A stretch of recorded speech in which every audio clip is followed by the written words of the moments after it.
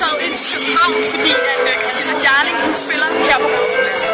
Det er sådan, at det her religiøse menneske, hun er fuldstændig blottet for Guds frygt. Og det er derfor, jeg står bag.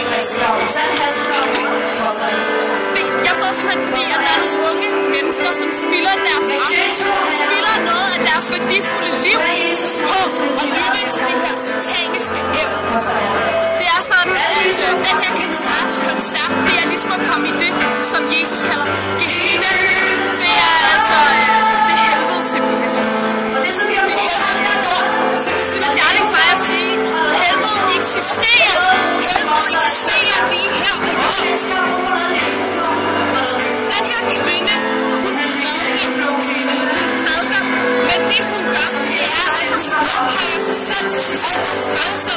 Vi har set det i hendes musikvideoer, vi har set det gang, vi har set hende gøre det i dag, vi har set hende stå og lave seksuelle bevægelser op af Lucifer.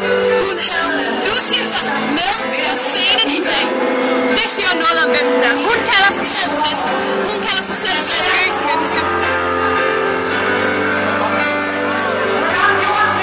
Hun siger, at vi ikke må lave spøg og skæld, og vi må ikke lave sjov med kunstnere, som går ind og som rent faktisk har sataniske budskaber. Det er ikke noget at lave sjov med.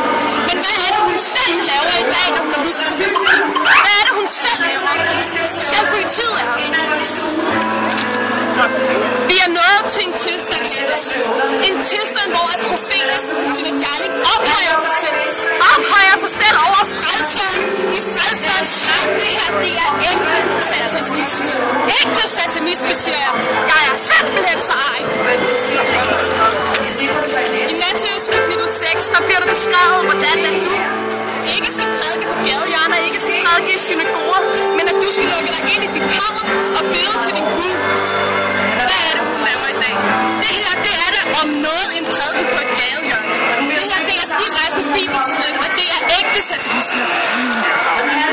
Jeg har gået og båret en voldsom byrde. En voldsom byrde de sidste uger efter den her koncert er blevet gjort. Den her byrde har jeg båret på de unge mennesker, som er kommet her i dags vej. Hun er ikke frelseren. Hun prædiker ikke frelserens ord.